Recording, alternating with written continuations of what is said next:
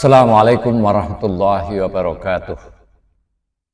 Bismillahirrahmanirrahim. Alhamdulillahirabbil alamin.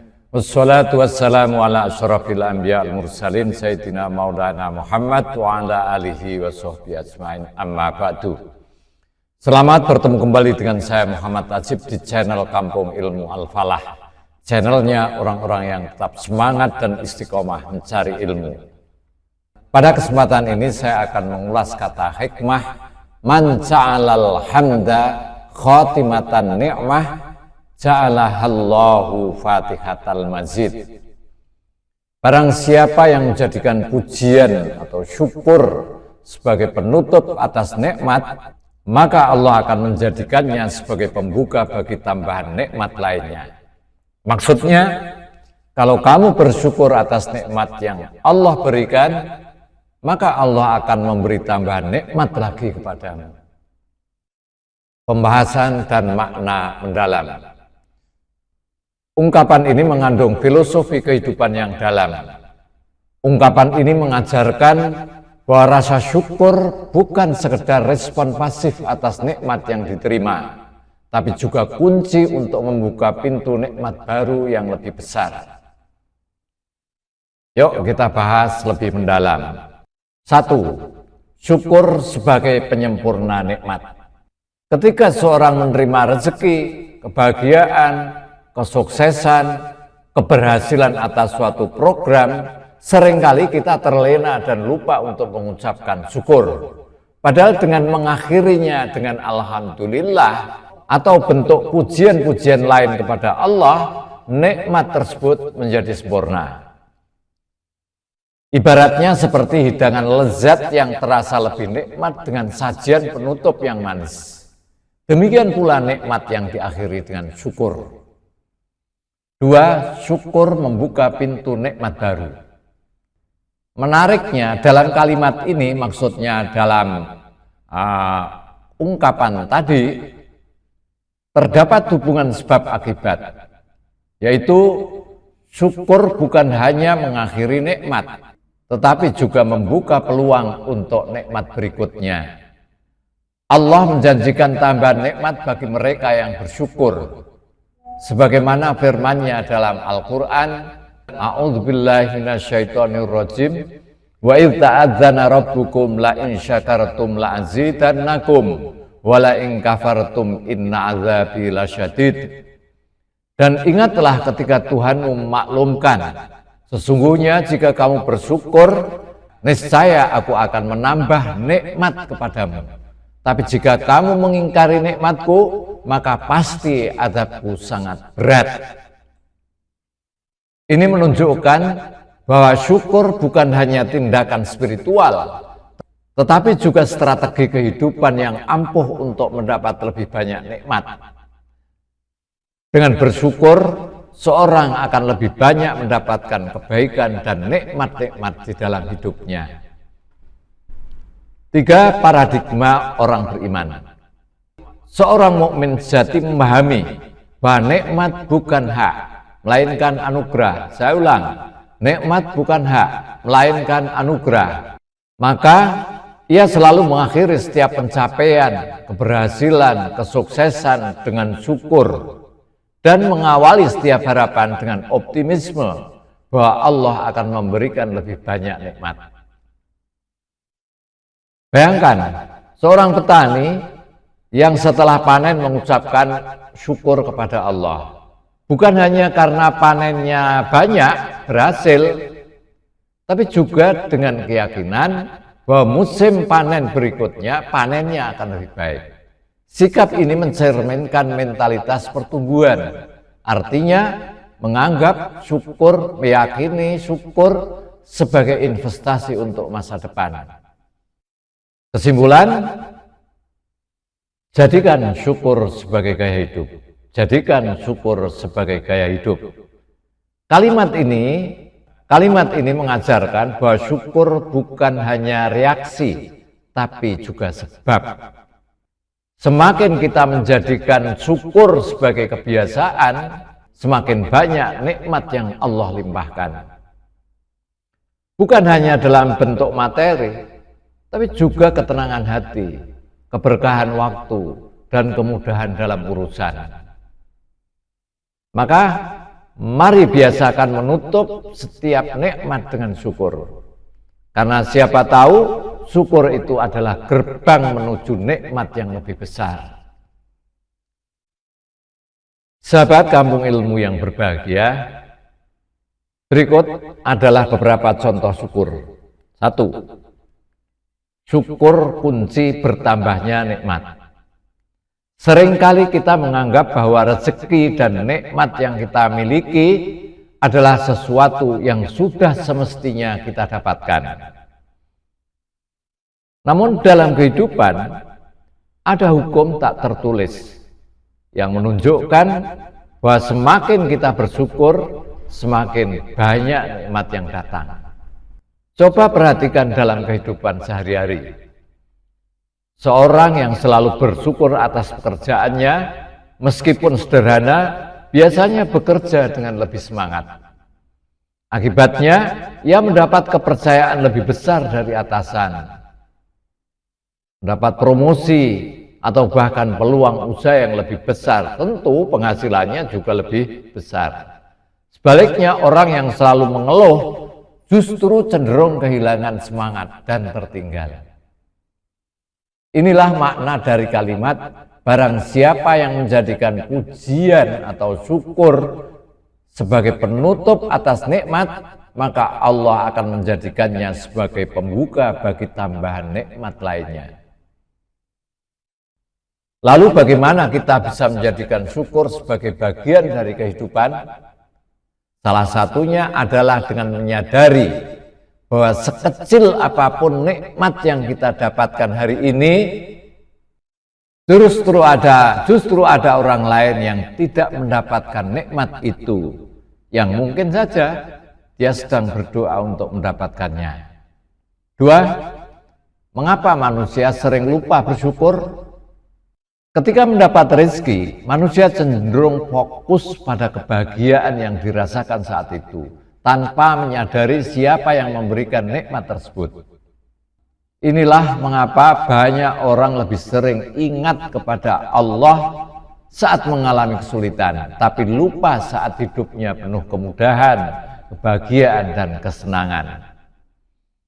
Ada beberapa alasan mengapa manusia lupa bersyukur. 1. Karena kebiasaan membandingkan diri dengan orang lain. Artinya, karena seorang lebih fokus pada apa yang belum ia miliki daripada mensyukuri apa yang sudah ada. 2. Karena menganggap nikmat sebagai sesuatu yang wajar. Padahal setiap hal yang kita miliki bisa saja lenyap kapan saja. Padahal setiap hal yang kita miliki bisa saja lenyap kapan saja. 3. Karena kurangnya kesadaran akan pentingnya bersyukur. Syukur bukan hanya tentang berterima kasih, tetapi juga tentang menjaga dan memanfaatkan nikmat dengan sebaik-baiknya. Jadi, bagaimana caranya agar kita tidak lupa bersyukur? Salah satunya adalah dengan rutin merenungkan nikmat yang kita miliki, lalu mengungkapkannya, baik dalam bentuk doa maupun tindakan nyata. Bentuk-bentuk syukur selain ucapan. Banyak orang berpikir bahwa syukur hanya sebatas mengucapkan Alhamdulillah atau terima kasih kepada Allah. Namun dalam Islam dan kehidupan secara umum, syukur bisa diwujudkan di dalam berbagai bentuk. 1. Bersyukur dengan hati. Artinya merasakan nikmat dengan penuh kesadaran dan tidak mengeluh. 2. Syukur dengan lisan, yaitu mengungkapkan rasa syukur secara verbal dengan kata-kata sebagai pengakuan atas pemberian Tuhan, sebagai pengakuan atas pemberian Allah Subhanahu wa Ta'ala. 3. Syukur dengan perbuatan, yaitu menggunakan nikmat dengan baik, seperti menyedekahkan rezeki, membantu sesama, dan menjaga kesehatan sebagai bentuk syukur atas tubuh yang sehat. Sebagai contoh, seorang pelajar yang bersyukur atas ilmunya akan belajar dengan sungguh-sungguh dan berbagi pengetahuan dengan teman-temannya.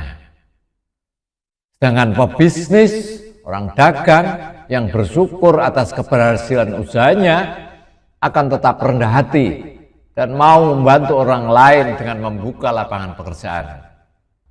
Maka jika kita ingin membuka pintu nikmat yang lebih besar, kita harus memastikan bahwa rasa syukur kita tidak hanya sebatas kata-kata, tapi juga tercermin dalam tindakan nyata.